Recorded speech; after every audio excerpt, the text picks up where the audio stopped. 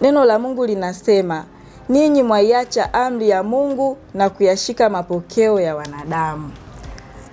Kwa hiyo watu kumekuwa na kutokumtii Mungu sana, kama ambavyo neno la Mungu limetuambia katika nyakati za siku za mwisho. Kwa hiyo tumekuwa tunajiendea dunia na design ishi hivi kwa na sisi tunafuata. Kwa mfano, mwanamke anafundishwa kuwa thamani yake iko katika muonekano wa mwili. Ndio nguvu kubwa anaiweka katika kufanya hivi, kujipodoa sana ili awavutie watu, kubadilisha ule uhalisia wake. Na napenda nikuambie kitu kimoja. Tunamsoma Zakayo kwa sababu ya ule ufupi wake.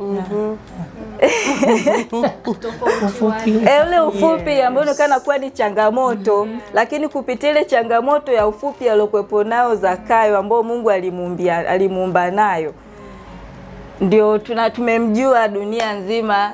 Kulikuwa na mtu mfupi aitwaye nani? Zakayo.